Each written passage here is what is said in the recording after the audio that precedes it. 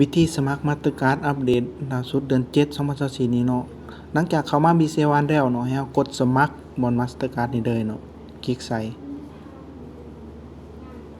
หลังจากนั้นก็อ่านรายละเอียดเนาะเบิ่งแล้วก็ติ๊กยอมรับเนาะตัวนี้ถัดไปเนาะตัวนี้หลังจากนั้นขึ้นมาหน้าตาแบบนี้เนาะเฮาก็อ่านเบิ่งว่าค่าธรรมเนียมเท่าไหร่เนาะคือปัจจุบันนี้10 เหรียญเนาะเฮาก็กดต่อไปเนาะตัวนี้ถ้าบ่ชื่อเนาะมันขึ้นแบบนี้แสดงว่าชื่อเฮาเกินตัว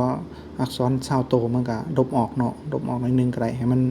บ่เกิน20 โตวเนาะแล้วก็เฮาก็สามารถกดต่อไปได้เนาะแบบนี้หลังจากขึ้นมาหน้าแบบนี้เนาะมันก็จะบอกว่ามันจะหัก10 เหรียญเนาะค่าสมัครบัตรนั้นเนาะเฮากดถัดไปหลังจากขึ้นมาแบบนี้เนาะก็ใส่คำตอบของเฮาไปเนาะตัวนี้ที่เฮาตั้งเวลาเฮาจะโอนเงินเนาะ3 คำถามของเฮาที่เฮาตั้งไว้เนาะใส่ไปให้ครบเนาะหลังจากใส่ครบแล้วเนาะถัดไปมันก็ขึ้นบอกว่าการสมัครเฮาสำเร็จเนาะก็ได้แล้วตัวนี้มีแต่ไปเติมเงินใส่แล้วก็เปิดออนไลน์เนาะแล้วก็เชื่อมบัตรใส่